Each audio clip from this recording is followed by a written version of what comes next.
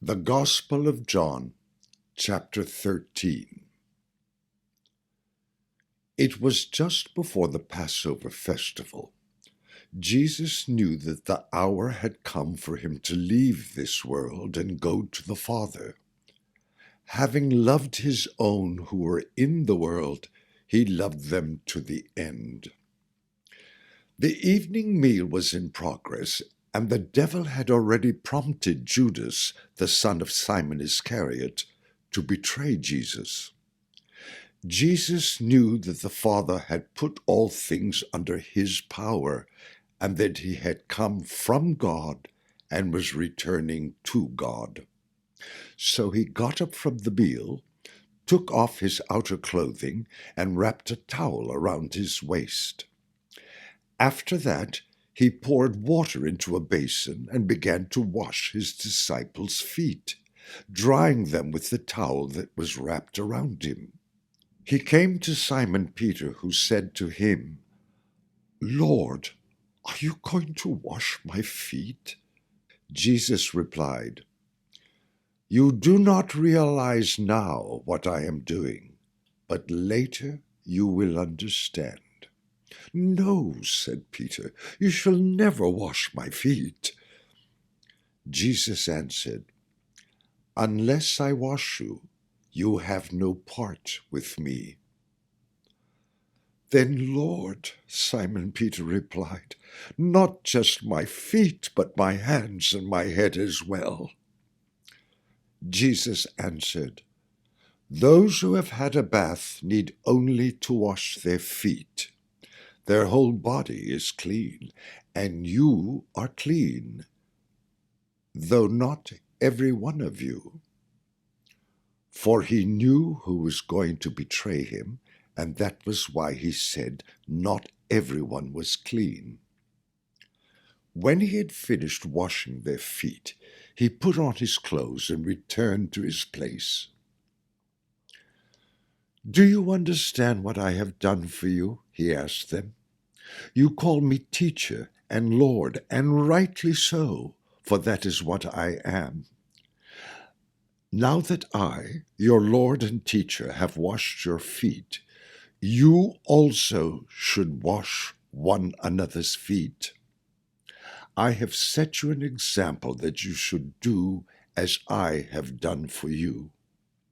Very truly I tell you, no servant is greater than his master, nor is a messenger greater than the one who sent him. Now that you know these things, you will be blessed if you do them.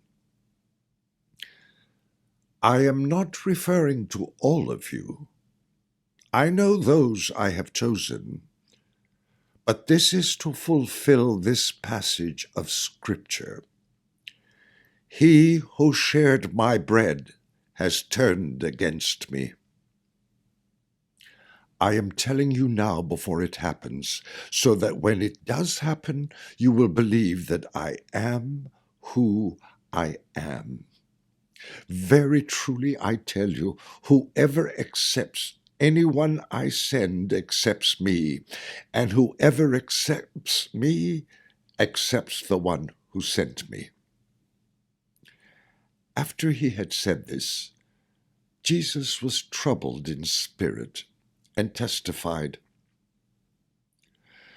"Very truly, I tell you, one of you is going to betray me."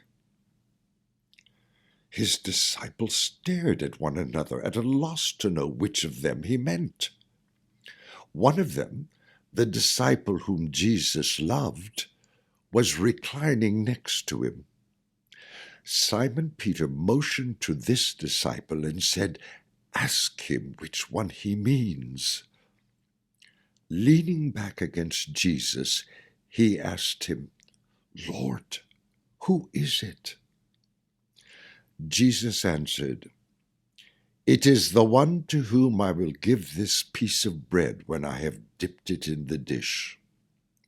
Then, dipping the piece of bread, he gave it to Judas, the son of Simon Iscariot. As soon as Judas took the bread, Satan entered into him.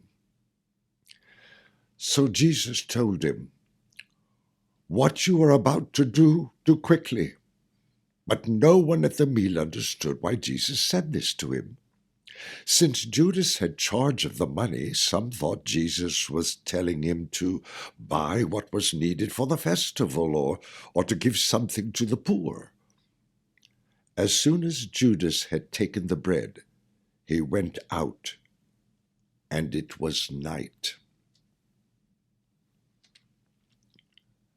When he was gone, Jesus said, "Now the Son of Man is glorified, and God is glorified in him.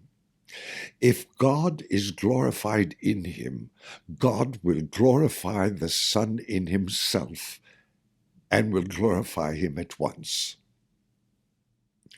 My children, I will be with you only a little longer. You will look for me, and just as I told the Jews, so I tell you now. Where I am going, you cannot come. A new command I give you. Love one another. As I have loved you, so you must love one another. By this everyone will know that you are my disciples, if you love one another." Simon Peter asked him, "Lord, where are you going?" Jesus replied, "Where I am going, you cannot follow now, but you will follow later." Peter asked, "Lord, why can't I follow you now? I will lay down my life for you." Then Jesus answered, "Will you really lay down your life for me? Very truly I tell you, before the rooster crows, you will disown me 3 times."